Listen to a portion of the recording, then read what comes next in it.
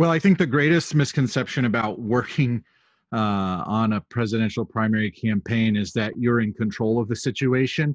I think it's probably closer to sort of like riding a wave, and your job as the campaign is to build the boat, the sails, any sort of engine that you can to take advantage of the wave, the currents that are behind your candidate. And so I think that there's this kind of, misperception that that it just kind of happens by itself, but actually it's just like a business, and you have to start it up, and you have to work hard, and you have to invest. I think the biggest misconception is that campaigns, particularly large campaigns, are just chaotic, that there's no real structure or organization to how decisions are made, that things just kind of happen on the fly.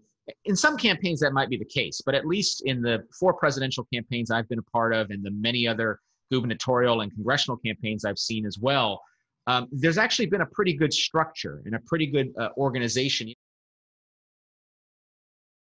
Big data has allowed campaigns to know more about voters and constituents than ever before.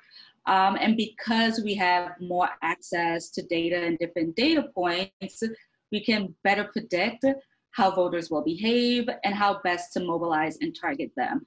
This is everything from creating better models, better turnout models, persuasion models, to better messaging and more targeted ads. You might be having a conversation in the morning about tax policy, in the afternoon about North Korea, and in the evening about Iran. The nature of social media has made it so that, frankly, the campaigns have a much shorter news cycle, and therefore the responses have to come much more quickly and much more rapidly than they had to before. So social media gives a voice to everyone. You no longer need a broadcaster's license to transmit video. You don't need an FCC license to transmit audio. And you don't need a printing press to reach hundreds of thousands of people in a community.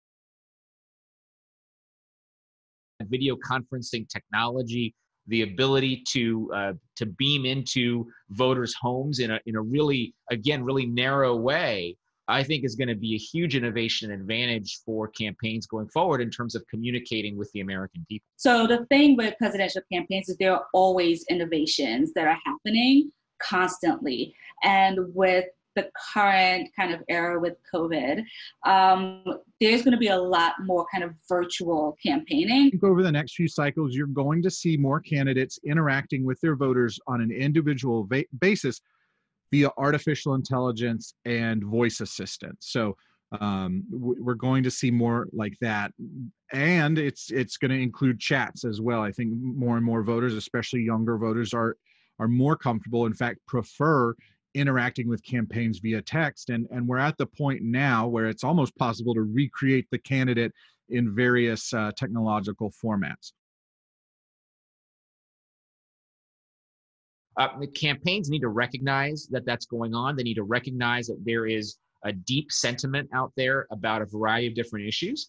And I think they need to be able to appeal to people's political and their policy interests, but recognize that there is that opportunity, that people want to be engaged. They want to have that frame of reference with campaigns. And so campaigns need to do their best to get people involved. So I think we really see the impact of what has been decades of work from the movement for Black Lives really coming to the forefront.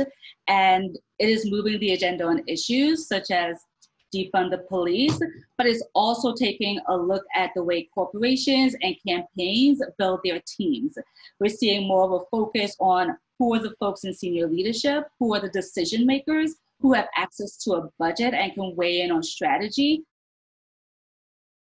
We always say like boots on the ground, and handing out the lawn signs and those sort of things are just not going to be there in the same way. So it's going to be a lot more dependent on, you're going to need more surrogates. You're going to need more people talking about your campaign and out there in their social media, in everything that they do. And then you're going to be really dependent on your supporters talking to their friends and reaching out to their friends. It's going to be a campaign cycle unlike any we've seen in terms of really testing this notion of how candidates can reach out to voters at a time when we aren't engaging in mass gatherings. We are very much aware of the challenges that are created by COVID in the context of a traditional political campaign. That I think the COVID-19 pandemic has accelerated trends that were already present. So that applies to politics, but you can look at business, consumer, any other sort of sector, and see examples where trends that we knew were already going on just got put on fast forward because of the pandemic. And so that's true in politics. Campaigns that were really taking digital organizing, implementation of technology, online campaigning very seriously have been able to weather this transition very smoothly. If you had a really good email list and really solid online fundraising, you're in a good place. The campaign is going to be forever changed by COVID-19, but I think out of that, campaigns are becoming really creative about the way that they reach voters and they talk to constituents. There's been a lot of conversation, particularly around COVID-19, about the security of the voting process. Some have suggested we need a rapid expansion of mail-in voting. Others have said we need early voting. I think we need to be figuring out what combination of all these different factors allows voters to ensure that their voices are heard at the ballot box. This is tremendously important. I think on the campaign finance side, we need to continue to be aggressive in disclosure and figuring out how we are disclosing the sources of campaign funding so that we have a better sense of, we've got all this money washing into our politics.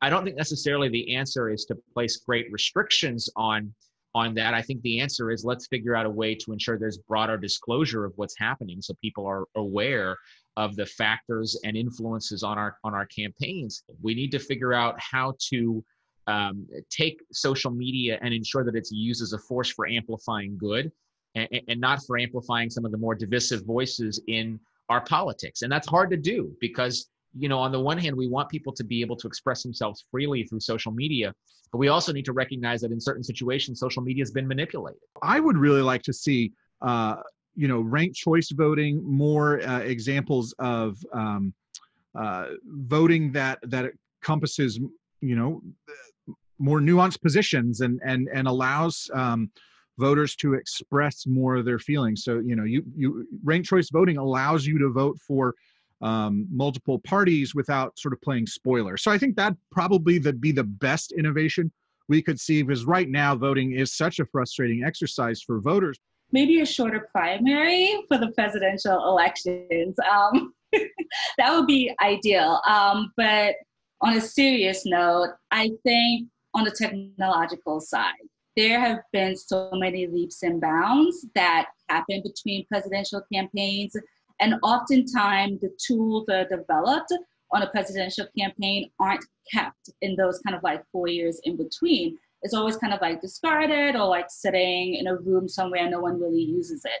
So I would love to kind of see that carry over and, more accessible to folks who are running in midterm elections, more accessible to the state parties and other allied groups and organizations that are doing the work on the ground year round,